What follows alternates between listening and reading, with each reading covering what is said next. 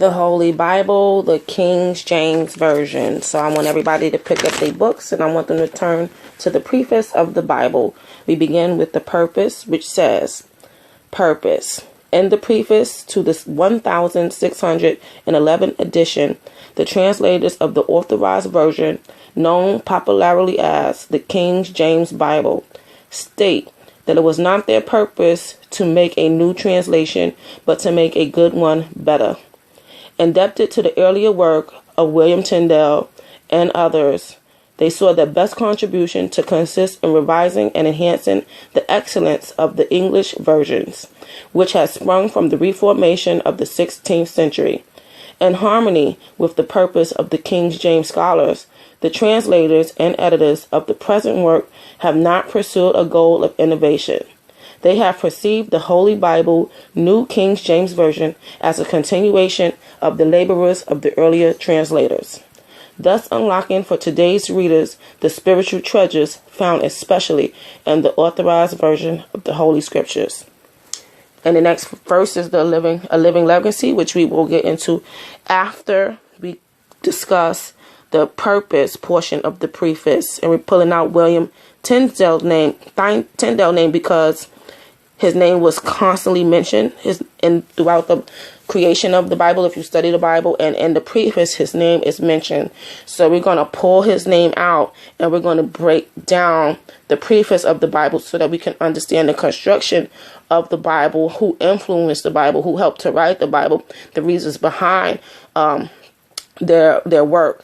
And so everybody can understand the Bible with clear definition as to what's going on within the book and have an understanding for themselves spiritually as what the book is pertaining to and about.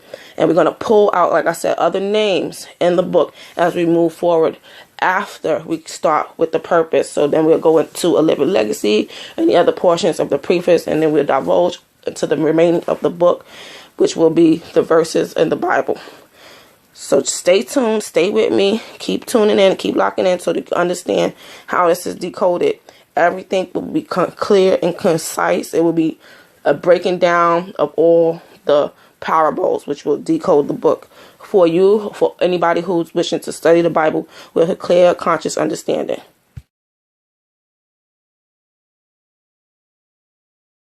Now for this particular segment, we're going to go to the library, and we want all y'all to go to the library with us, and we want you to get your Cambridge Biographical Dictionary.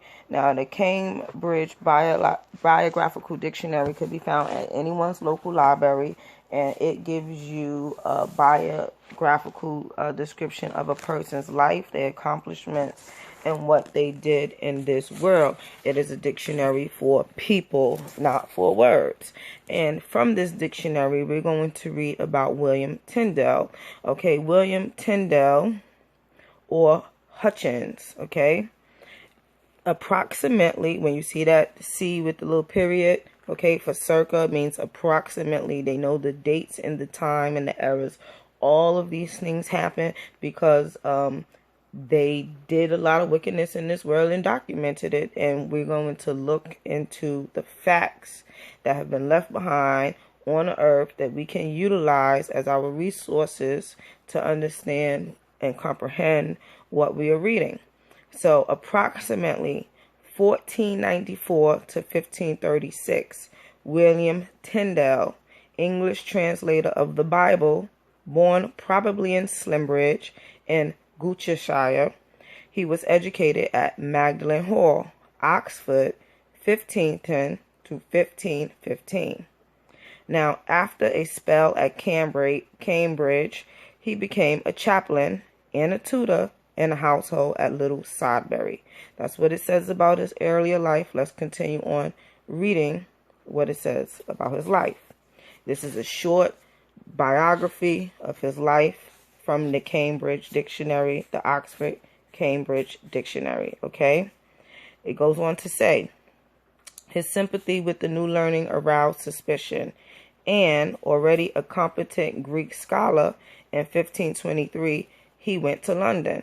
So you have to note, stop right there again, that this new learning that aroused suspicion we want to point out what that new learning was as we get to the end of this short biography, okay? It goes on to say that Bishop Tunstall, having refused support for his translation of the Bible, he then went in 1524 to Hamburg, to Wittenberg, where he visited Luther, and in 1525 to Cologne, where he began that year printing of his English New Testament. Now, when we're talking about Luther, they left out the first names, but I'm going to add this in. They're talking about Martin Luther, and this is not Martin Luther King. This is Martin Luther from the era and time of the 1500s, of which William Tyndale lived and which Martin Luther lived, and we're going to get more into the works that they did together, the body of works that they did together. Now, and this is important. Write down these names.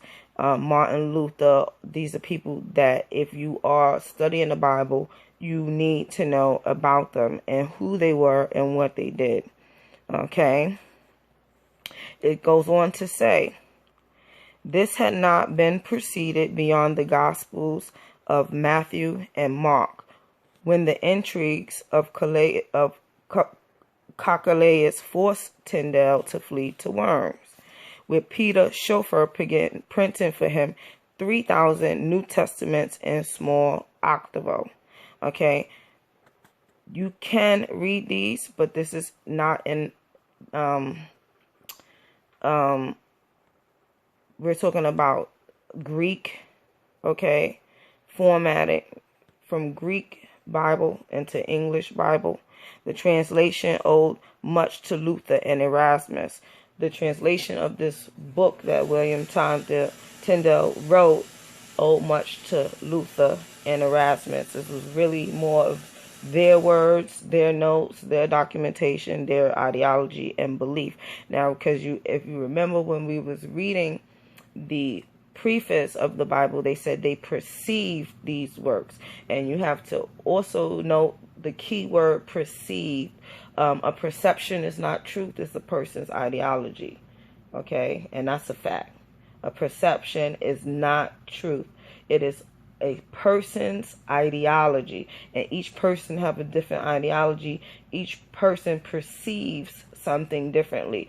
So what you are reading is in this book that they have written as the Holy Bible, the authorized version, is a perception, okay, their perception, their body of work, okay, that you are spiritually binding yourselves to. So it's important to know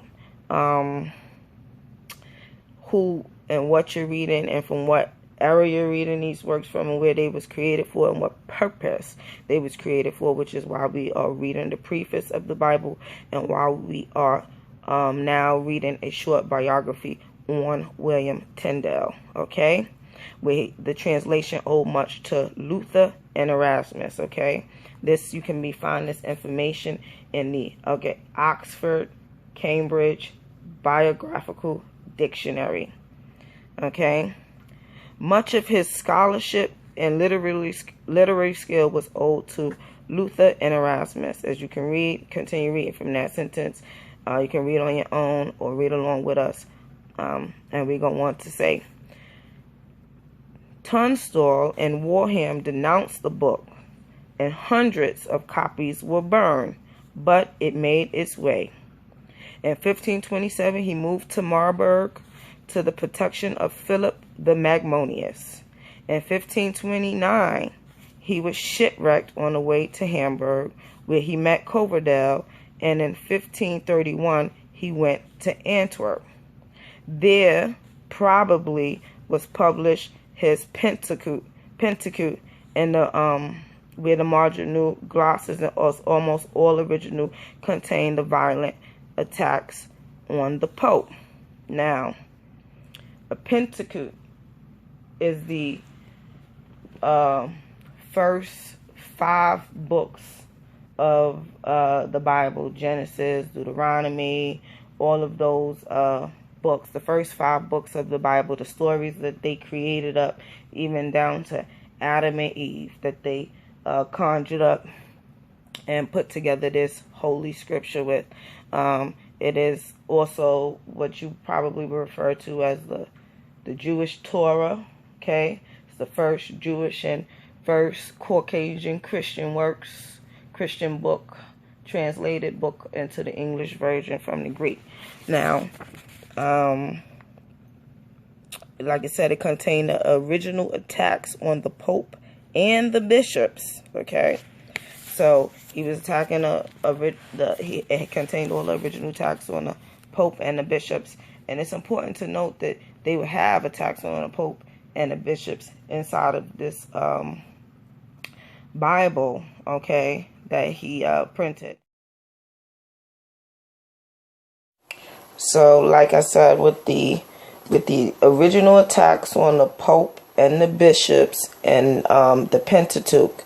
So when we talking about the Pentateuch, again, we talking about what you would probably, most people today would call the original Caucasian books for the Caucasian Jews, and the original Caucasian books for the Christianity, and the stories that they conjured up to create Genesis, Exodus, Leviticus, Numbers, and Deuteronomy.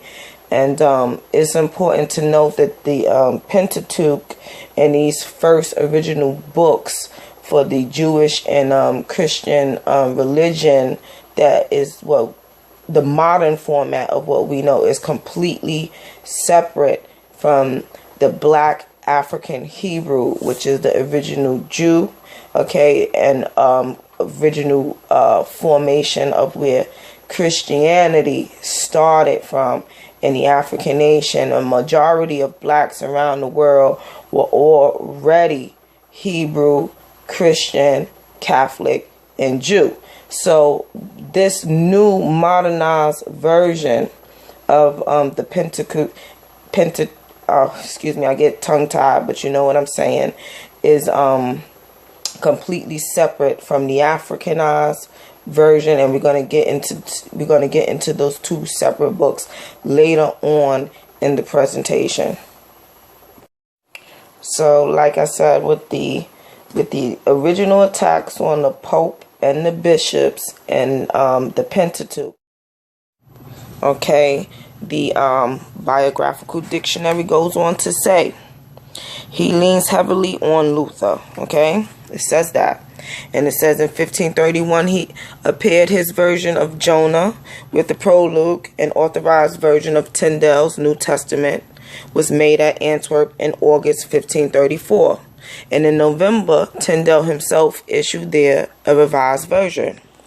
One copy of his works was struck off on a vellum presentation for Anne Boleyn, under whose favor apparently a reprint of Tyndale's revised New Testament was printed in 1536 by T. Godfrey, the first volume of Holy Scripture printed in England.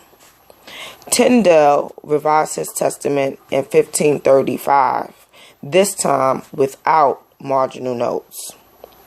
For this, the embassies of Henry VIII had often tried to get a hold of him.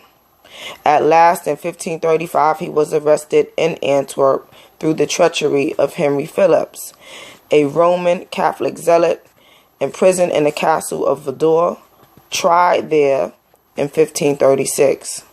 And on October 6, the 6th of October, Tyndale was strangled and burned. Okay, so you could get that race out of your head, racism mess out of your head, because this is white men doing this to other white men, strangling them, burning them, killing them, torturing them, doing whatever they have to. The same negative, evil treatment that they have done to black people over time through unjustified enslavement and purgatory into this Hellenistic world of worship of this religion and this false teachings. They have done the same thing to their own kind who did not get with the program of what they wanted. Okay, so get that racism out of your head. Black and white, it doesn't matter. Evil is evil, and it needs to be stopped in this track. All right, we're reading works from 1536, 1500s, and we right now in 2019, and you still have these wicked men who commit these atrocious acts and hide behind cloak of religion and politics and shield and coat of armor and embassies and to get away with it. And it all needs to be stopped dead in this track. You still got popes molesting children. So this is what we want to bring into the light. This is what we want to shut it down, let you know the truth about it. And we're going to use the original works from the Bible, the biblical aspects of these works to bring this into light. His other works, it goes on to say, his other original works were the parable of the wicked mammon. And we're going to go into the parable of the wicked mammon, the definitions and meanings of these words. The parable meaning confusion, and the wicked mammon going into a whole another history and definitions. And this was published in 1528. Okay, The Obedience of a Christian Man, his most elaborate book, published in 1528 as well. The Practice of the Prelates in 1530, and a pungent polemic. Okay, and so we're going to talk about those things, the definitions of these words and these meanings, from the pungent polemic to the practice of the prelates to the wicked mammon. These are the body of works, the biblical body of works, and we're going to study them in conjunction with the preface of the Bible. Okay, so there it goes on to say that his works were published in 1573. Okay, 1573, and we're talking about the 1500s again. We're talking about the medieval times when these works were created, conjured up, and for what purpose and for what reason was these tools made? These books, these were tools that they used to bring forth this propaganda into the world, spiritual propaganda on top of that. So it has a deep-rooted connection to all of us. Like I said, goes on to the original first books that we would commonly call the Jewish Torah, and the original first books of this translation of the Bible, the first 5 books from Genesis to Deuteronomy and all of these things. So we want to pay attention to that, and we're going to get into more specific meaning and detail of the body of works of William Tyndale and others like Martin Luther, like Miles Coverdale, like Erasmus, and others whom the helped him create this scholarly work.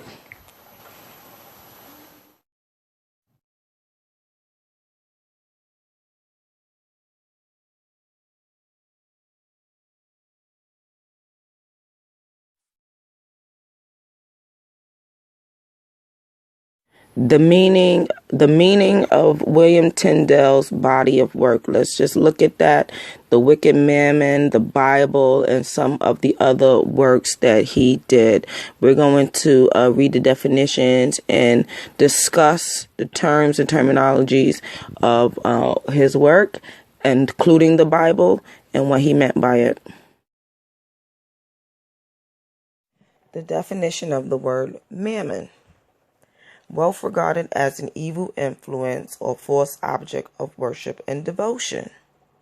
It was taken by medieval writers as the name of the devil of covetousness, and revived in this sense by Milton.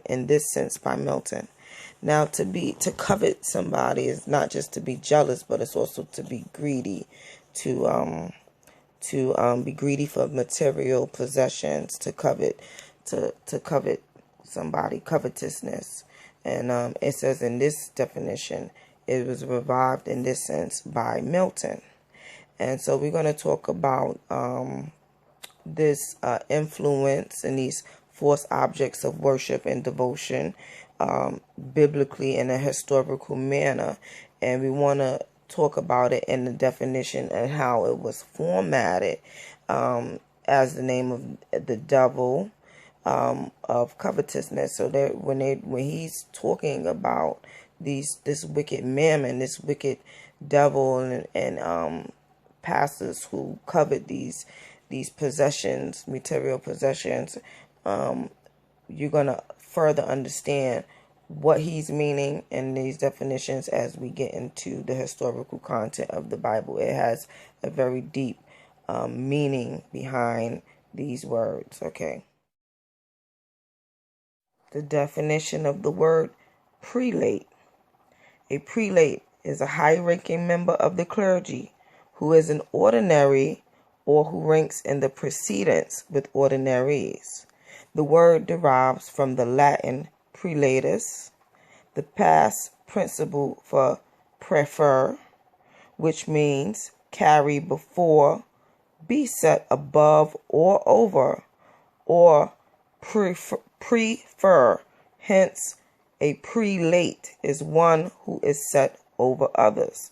So when they talking about who they prefer, and they talking about these members of the clergy as wicked mammoths, evil men, evil devils, who are members of these clergy who have written these works. So you have clear intention of their definitions, their intention of what they use the book for, their purpose, and the clear historical content and meaning behind this. So as we move forward, we're going to continue to look at the historical content of the beginning works of the Bible, what it is created for, its sole purpose. And we're going to take this straight from the preface and the other historical works that we can connect to the preface, so that you can use this for your studies, for your biblical research. Okay, and we're going to go on to continue to understand what they meant by all of these terminologies and practices as well, because this is not just a terminology. Religion is a practice of people's faith and what they believe in and what they put their spirituality into. And so you want to be very clear as to what you're worshiping, and with clear understanding to the meanings and definitions behind these actions. The definition of the word polemic. Polemic, a strong verbal or written attack on someone or something. So it's just that simple. So these works are strong verbal or written attacks on someone or something. And of course, we're talking about the Bible. And of course, we have went into the definitions, other definitions from his other works. We're talking about evil works, works in representation of the devil.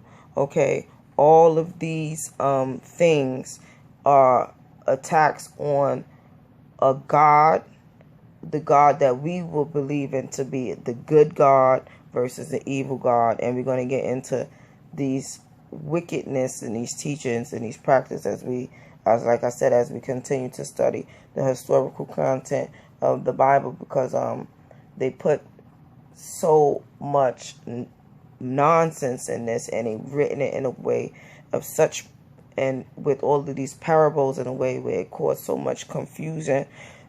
We are going to deconstruct and cause less confusion and less chaos by making clear, like I said, the meaning and historical content of what you're reading. So not to offend anyone, but just to keep it with the facts, we're going to move forward in that light.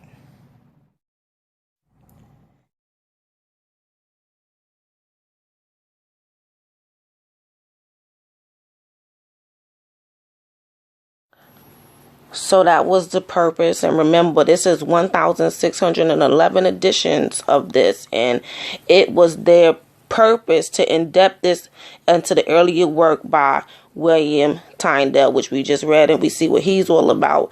So, and this is their perceptions of what the Holy Bible should be according to their their beliefs. So we're going to continue the decoding of the Bible and a later time. This is just the first preview to the purpose inside of the preface. Again, like I said, we will get into the living legacy in the next video and the remaining other portions of the preface. So peace to everybody. Stay blessed, stay in tune, stay in touch with what's going on, and stay aware. I'm out, so I'll see you next time.